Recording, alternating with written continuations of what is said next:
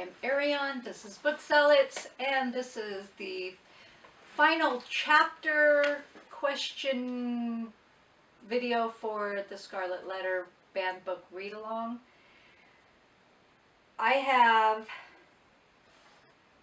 Okay, so here's the plan. I was planning on just doing 3 videos, but I think I will do a final video going over kind of everything as a final review with the spoilers and whatnot, but whoa.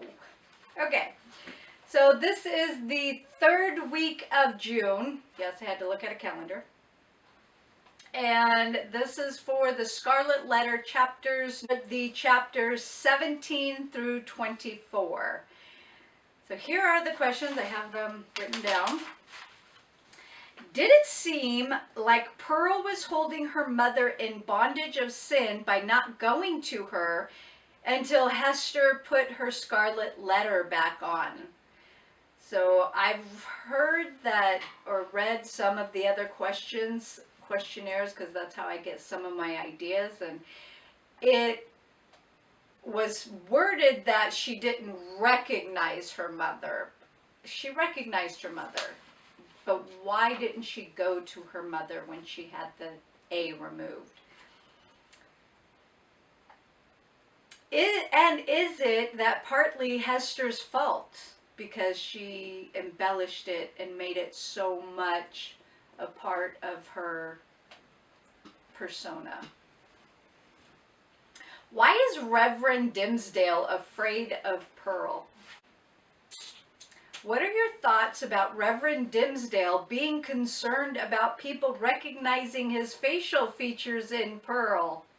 What is the moral statement Hawthorne is making throughout the Scarlet Letter? How did Roger Chillingworth find out Reverend Dimsdale and Hester were planning on leaving? What are your thoughts about Reverend Dimsdale having wicked thoughts as he's walking through town?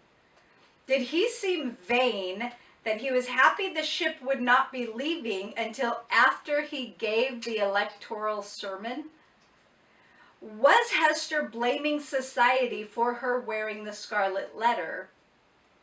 And then Hawthorne mentions wormwood, so I looked up the verse to see what Hawthorne was referring to. And Proverbs 5:4 says, "But her end is bitter as wormwood, sharp as a two-edged sword." Did Reverend Dimsdale actually admit to his part in the adultery before he died? And would he have done what he did if he hadn't been dying? Do you think he actually would have confessed had he not known that he was dying? But did he actually confess to the adultery with Hester? Hester shows her ignorance in the Bible when she talks about spending eternity together on page 262. And was it blasphemy for Hawthorne to write the angel and apostle in Revelation must be a woman? What are your thoughts about Hester returning to her New England home and still wearing the Scarlet Letter? So number 1, if she moved to England with Pearl, why did she wear the Scarlet Letter in England? Or did she put it back on when she returned to her Puritan home in the colonies? Doesn't make any sense. Do you consider this book a romance novel? Do you think any of the characters have any growth? The 2 main characters seem to be selfish individuals. They had an affair, or at the very least, a one-night stand. I doubt it. It was probably an affair. That created a child, and then 7 years later, never quite accept their part in their suffering. At one point, Arthur Dimsdale seems to be blaming Hester for seducing him. And then at another point, Hester is blaming society that she has to wear an A. and there's no accountability. Neither one of them. Do you think that Hester Prynne was a good mother? And what was it that Roger Chillingworth actually did to Rev D to wear him down? So there's a comment in here where supposedly Roger Chillingworth was attacking Arthur Dimmesdale, but none of that is mentioned. They cohabitated in the same dwelling, but what was it that Roger actually did to Arthur? Because Arthur beat himself up with the flagellation.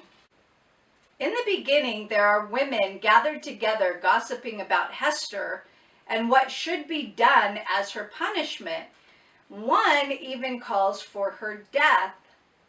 Would that have been extreme during that time period? Would that be considered extreme today?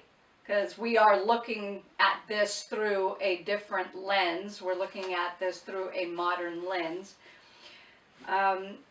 What should Hester's punishment have been? Or do you think there shouldn't have been any punishment at all, which is what would happen today? Or do you think that cause and effect should be allowed to take place? Hester claims to love God, but she admits she would willingly sign her name to the black man if Pearl had been taken from her. So, doesn't that negate her previous comment? Do you think Hawthorne chose the character names well? And I will touch on that in my final video. So if you have any thoughts about this book, if for chapters 17 through 24 that I didn't touch on or that I missed, please leave a comment below. I hope you're having a great time enjoying it. It's almost towards the end. Thank you for participating, and so the very last week, I will post a video for the next voting. I have 3 more books chosen, and thank you very much for joining in. I really appreciate this. This has been a lot of fun. Even the books that I didn't enjoy, this has been a lot of fun. Thank you very much. Have a great day. Bye.